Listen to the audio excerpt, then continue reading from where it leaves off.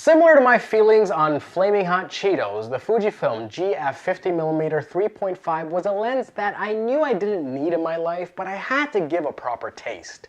Did I say taste? I mean test. Billed as the shortest and lightest lens for the GFX system, there's a natural curiosity of what a medium format kit would feel like in the field, and well, it feels familiar. You remember the days of taking a fat DSLR into the field for street photography and travel work, right? Well, it feels just like that, and that's either a good thing or bad thing depending on where you draw the line. Speaking of drawing lines, who do you root for in succession, Logan or Kendall? Never mind. This lens makes the dream of medium format street photography more of a reality, and after spending hours at a time with this lens here and abroad exploring new corners of the world, I'm torn. Now, it's not because this lens is flawed in any major way, it's actually something else entirely. I think this lens has killed the idea of medium format street photography for me. But God might be on vacation, and the promised land ain't never promised. My baby telling me to be patient, but the devil always working overnight, my darling. This lens is a bit of a marvel. You have something that's not even 5 centimeters long, well under 400 grams. Despite its wide diameter, it definitely handles lighter than it looks. The focus ring has a good amount of resistance to it where you can pull focus with really good precision. However, because of that wider diameter, there's quite a bit of travel required to get the spot you want. So you can't focus as quickly or fake zone focus. As the name suggests, you get weather sealing and very quick focusing thanks to its linear motor. Add to this the all-metal Japanese construction, and well, the $999 asking price starts to feel like a bargain. Okay, I said starts to feel like a bargain, and besides, it's all relative. This GF 50mm works out to a 40mm equivalent in the full frame perspective and should make OG film shooters feel a bit nostalgic. While I prefer the slightly wider 35, this perspective is plenty manageable and can give you a great look.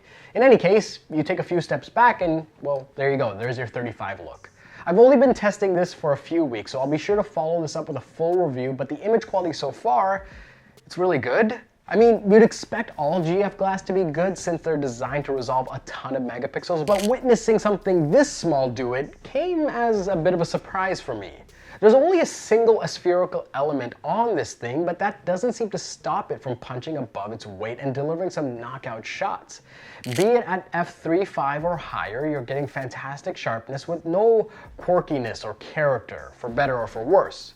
The fall off you get is nothing remarkable if you're shooting wide open, but you can position yourself effectively and it performs decently for environmental portraits. Like many of the other lenses in the GFX lineup, this lens simply feels clinical and performs better than expected.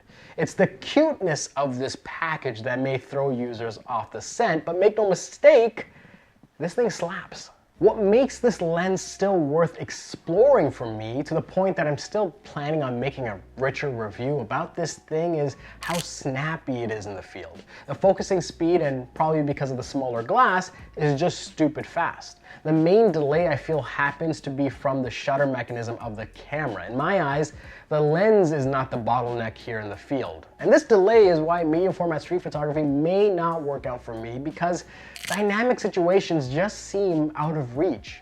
However, for the traveler and architecture enthusiast, this definitely makes a GFX camera like the 50R, 100S feel like a damn bountiful solution that spoils you on your adventures. And maybe it's a mix of all this that results in the lens not getting much coverage online. A lens that seems too good to be true, but also not used in a manner that the XF cousins are being used in.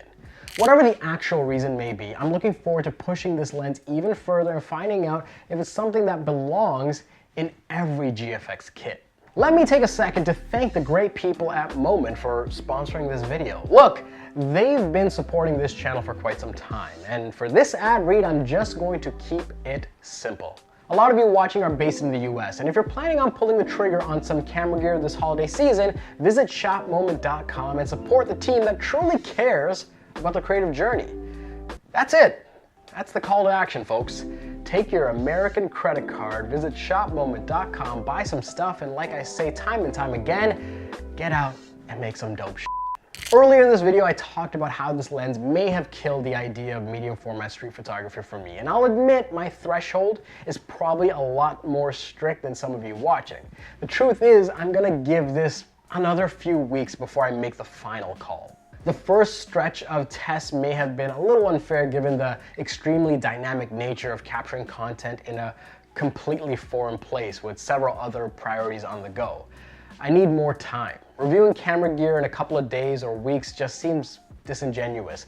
This is also why I mark videos as first impressions or first review. It's an attempt to preface that what you're about to watch is going to be followed up by a much richer piece that encompasses a lot more practice in the field. So as with almost all the gear I own, you can expect an honest review of the GF 50mm F3.5 in the coming weeks, where we'll provide more details with more visuals. But with that said, let me know what you think. Is there something you'd like to specifically know about this lens, or do you own the lens and want to let me know how wrong I am? Let's keep it cooking in the comments, folks. As always, my name's Gadgen. Thank you so much for watching, and I'll see you next time.